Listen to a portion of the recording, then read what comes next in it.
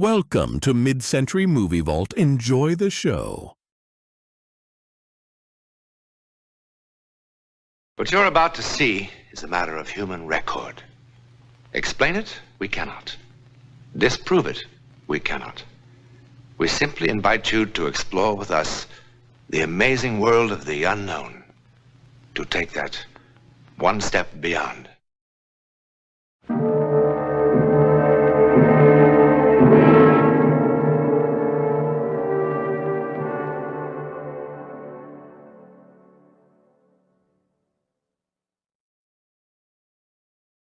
Like, thousands of other couples in Manhattan, Jim and Betty Hennessy are giving a cocktail party.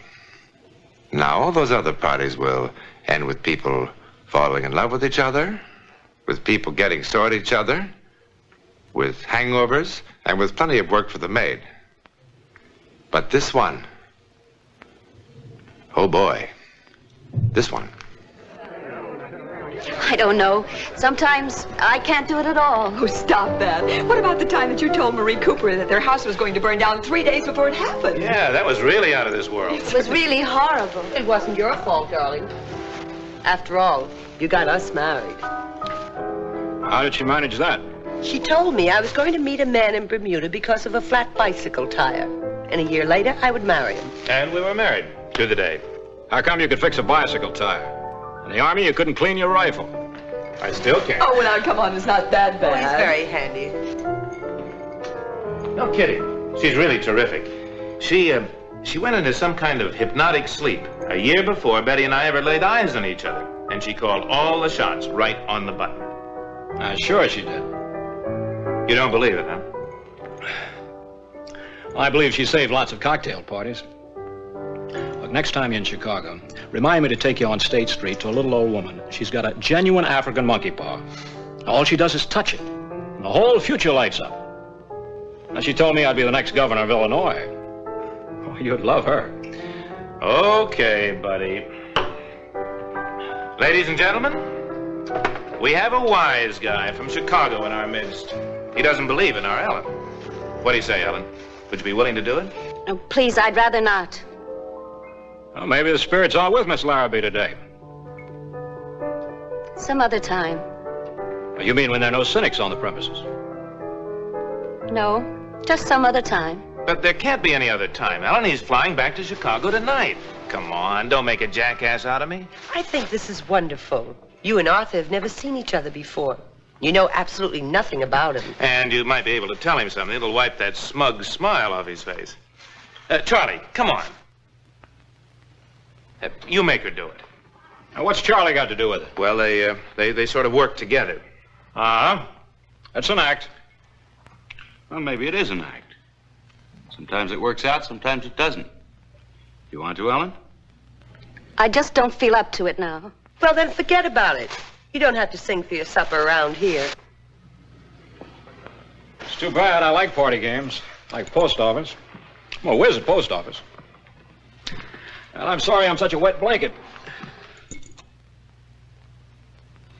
Oh, look, for Pete's sake, I hope I didn't hurt your feelings. You didn't hurt my feelings, Mr. Douglas. Mr. Douglas.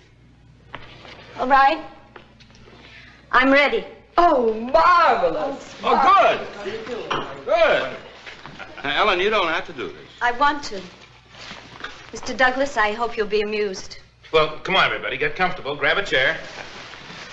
Now the party livens up. Excuse me.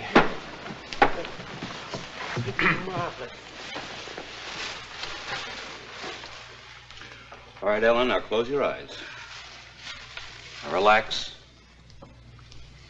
Relax completely. Now you're sinking.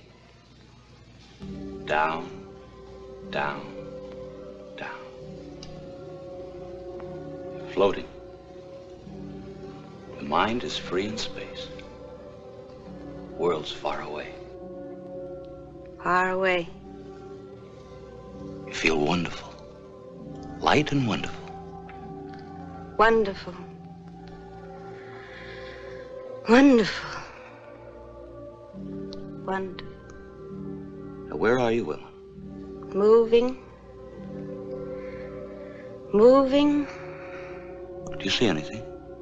Nothing. Nothing. Oh. He doesn't notice them. Notice what? They're not his anyway. What's not his, Ellen?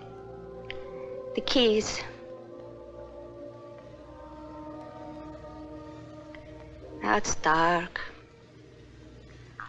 Dark, dark, dark, dark. A tunnel. Stop. What stopped? Where did it stop? There's so much noise. What kind of noise? People. And trains. Many trains. I hope the act improves. You just told her I was taking a plane. Are you in the station, Ellen? He's late. He's hurrying. Now run. Run. Running. He's running. Where's he running? 102, B. 102? B. Compartment B. Car 102. Shouldn't someone tell her I'm flying? They shouldn't. They're making him go. Things making him go. Oh, he shouldn't have. He shouldn't have. There's a snake. It's a snake? A snake. A shining gold band. You mean a ring? Yes, a ring. Now I see. To thee, for whose dear love I rise and fall. Oh, isn't that lovely? It must have meant a lot. Whose ring, Ellen? Hers. Hers? Well, well, well. Now, Arthur, if this bores you, we can stop right now. No, don't be silly now. It's getting interesting. Oh, she's so pretty. Dark hair, Very interesting. traveling suit, gray, fur bow.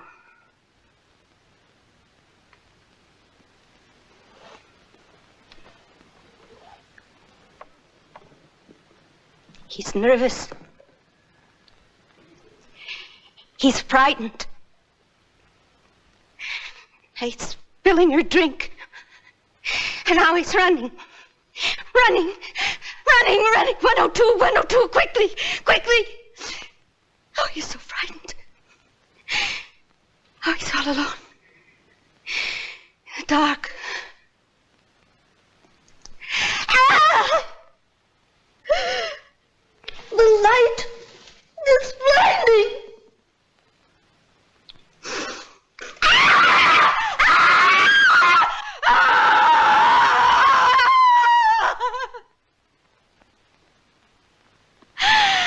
She's standing in front of him with a knife. With a knife. With a knife. Ellen. Ellen! You're all right, darling. You're all right now. Well, nothing like this ever happened before, Arthur. I'm sorry. Guess it was a lousy idea. What did I say?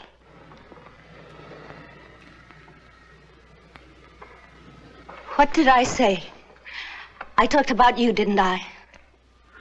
Well, if you did, I hope you're wrong. Was it bad? Bad? Oh, I'm going to be rich as a Maharaja, live to be 150, and fall in love with an international beauty. Look, thanks for the most exciting cocktail party I've been to in years. I wouldn't have missed it for the world. Goodbye. Goodbye, all. Bye. I'm afraid this wasn't a barrel of laughs. Well, have a good trip, Arthur. Thank you. I'm glad you're going by plane. You know something? You really married a spook. But she's good looking. So long, Arthur. All right, bye-bye. I'll see you soon.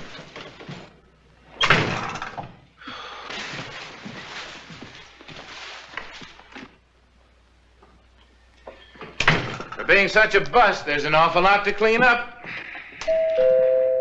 Never mind, Matty, I'll get it. I wonder who that could be. I hope nobody forgot anything. One thing I can't stand is a party that never ends. Arthur! Hey, where's the party? Well, what happened? Why aren't you in the plane? Well, don't you ever look out your windows? Nothing's leaving Idlewild for who knows how long. What are you going to do? Exactly what your Miss Larrabee said I was going to do. Well, I knew you wouldn't mind my waiting here instead of the station. You're not going to take a train.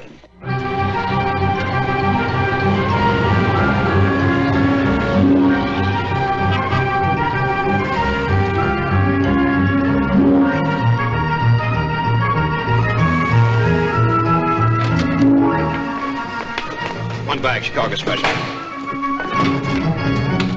I'm sorry about the traffic, sir, but New York City, when we have fog... All right, give a change. Thank you, sir. Gee, I'm sorry. All right, that's all right. Hey, mister! Okay, what? Mister! You dropped your keys, sir. Oh, they aren't mine. Okay.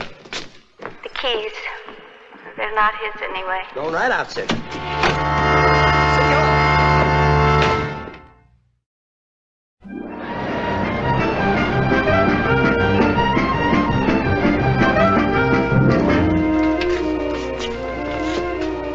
Good evening. Good evening. Douglas. Oh, yes, Mr. Douglas, because of this storm and all the reservations that were made at the last minute like yours, there's been a mix-up in your space. Now, I can give you compartment L in car 271 or, let's see, car 102, compartment B. Compartment B, car 102. What were those numbers? Car 271, I mean the last. compartment B, car 102. Well, I'll take the other one. Car 270. It doesn't really matter. The compartments are exactly the same. That's what you think. I beg your pardon? Thanks very much. Good evening.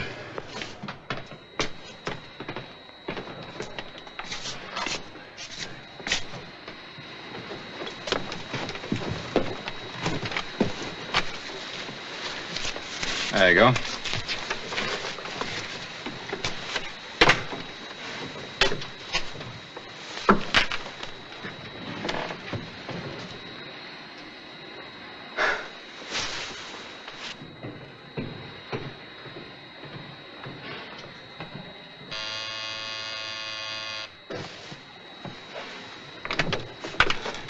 Beg pardon, sir. This last-minute change seems to have gotten us all fouled up. I'm afraid we're going to have to change cars after all. You see, this lady belongs in here. The porter will move you. I'm very sorry for the bother. Where are you moving me to? Well, the only space we have left, car 102, compartment B.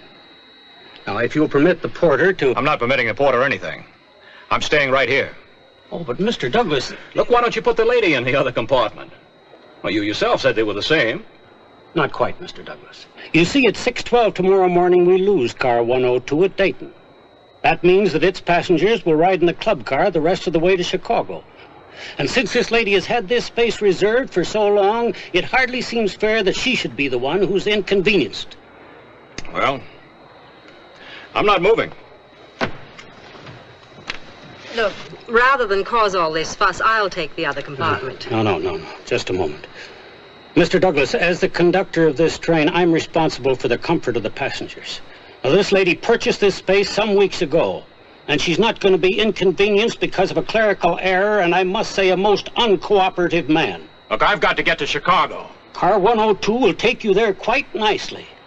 And if that compartment is not acceptable to you, I must ask you to leave the train. All right.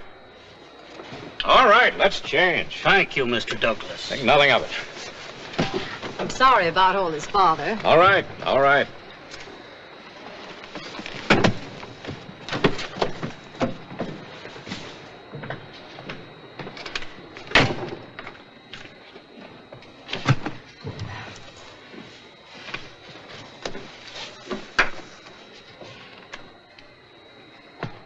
All aboard!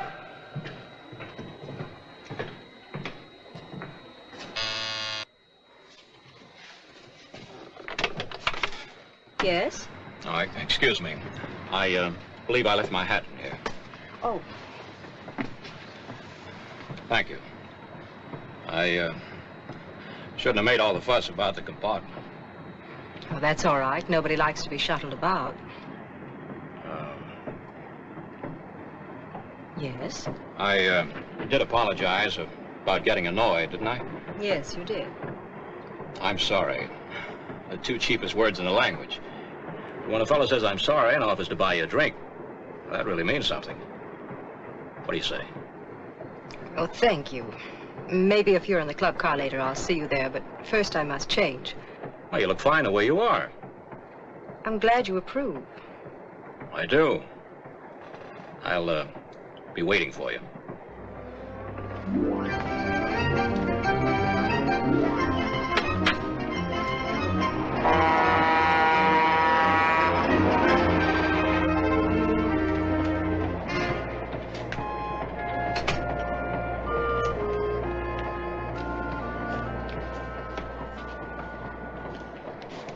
Does that kind offer of a drink still stand? Traveling suit, gray. Fur bow. Well, you did ask me to have a drink. Oh, please, forgive me. Please.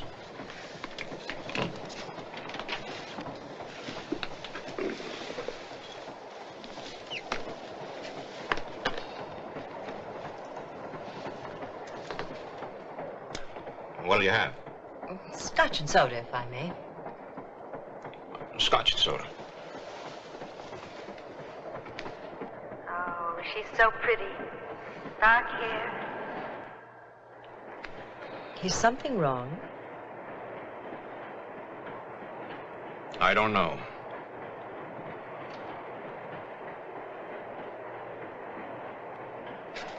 You know, I can live without this drink. Oh, please, please, forgive me. Please.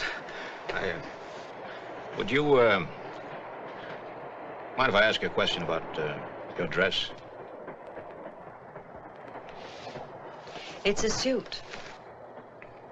Tell me, is that what you, call an original? I mean, if that's the only one like it. No, I wish it were. I hate to think about it, but there are probably 1,000 women walking around in exactly the same thing.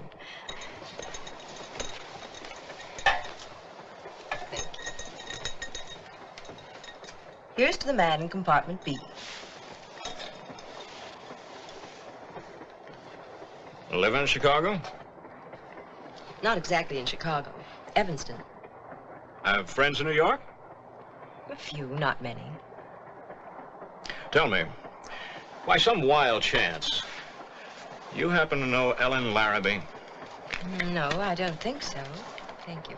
You're sure? Quite sure. Now, she's small, brown hair, and her eyes are sort of... I really don't know Ellen Larrabee. I'm glad. What? You want to hear something really crazy? I went to a cocktail party this afternoon. A perfectly normal cocktail party. And there was this completely average-looking woman there, this Ellen Larrabee. Now, look, I'm the most practical guy in the world. I believe 2 and 2 are 4, period. But this Ellen Larrabee told me that I was...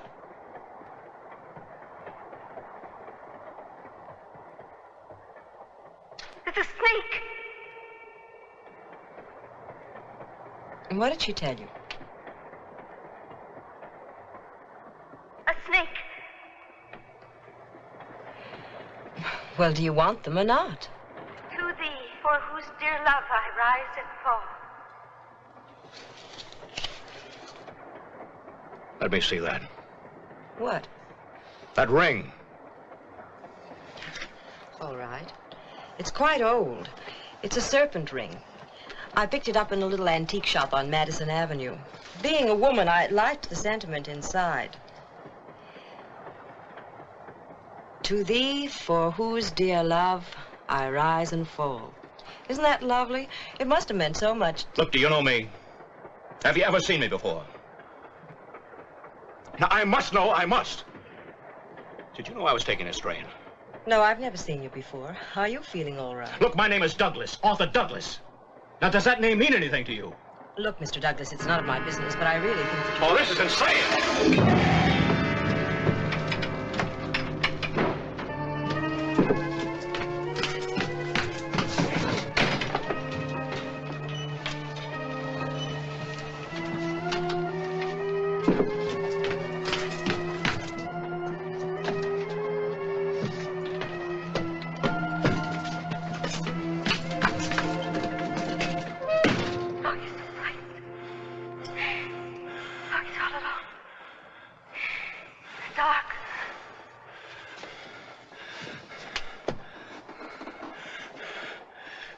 What is this? What is this?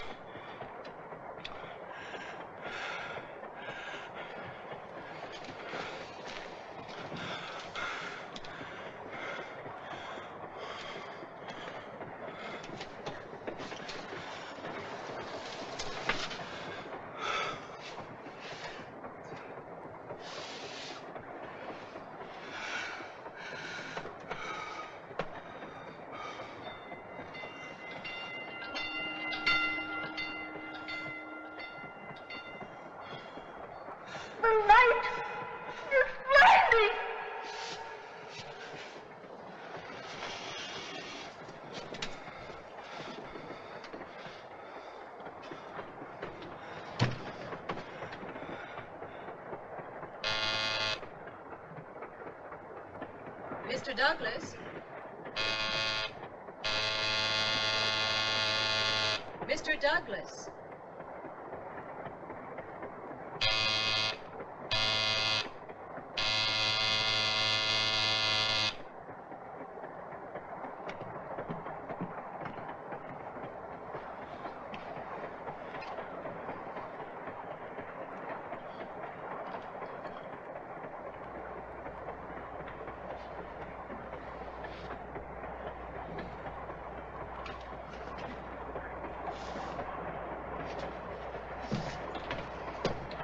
Mr. Douglas. Mr. Douglas.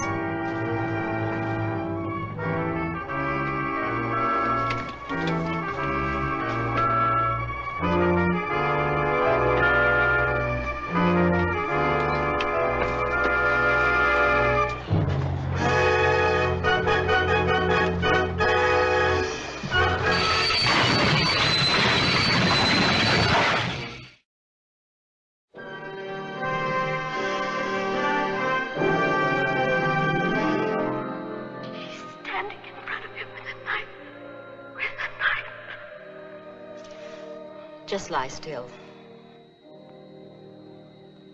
You'll be all right now. You've got quite a slice in the head, but you'll be all right. You're lucky. Lucky? Why, sure. Look at the service you're getting.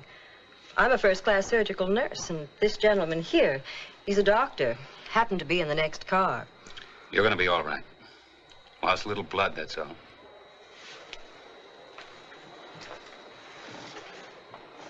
Whatever made you pull that emergency cord? They'll probably give you a medal. Medal? If you hadn't pulled that cord, Lord knows how many people would be dead instead of just shaken up. What are you talking about? I'm talking about the freight train that was stalled on the track 100 yards ahead of us. The signal system failed. We stopped about 6 yards from the caboose. But how did you know that the train was there? I mean, you couldn't possibly have known. No one could have known. No one? Ellen Larrabee knew. How? Well, there are a lot of theories. Precognition, clairvoyance. Some people might even call it a happy coincidence. But does that explain it? I mean, really explain it. To whom it happened, we know. Where it happened, we know. How or why it happened. In a moment, something else to wonder about.